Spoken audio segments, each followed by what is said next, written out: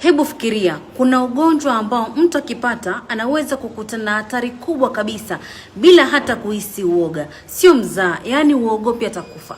Hali hii ilimkuta Jody Cizanik, dada mmoja kutoka Uingereza.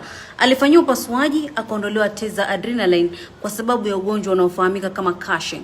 Baada ya hapo, wasiwasi wake ukapungua, akawa hana hofu kabisa kama switch imezimwa. Hebu fikiria, wewe upo Disneyland, wenzako wanapiga kelele kwenye bembea refu zaidi, lakini wewe uko tu, huna hofu wala pressure. Kwa kawaida, hofu inaweza kukufanya mtu uwe na uoga na hata kutafakari mara 100 kufanya baadhi ya mambo kama kuruka angani na kukabiliana na majambazi wenye silaha kali kama mapanga. Pia kuna ugonjwa adimu sana unaoitwa Jubercuith.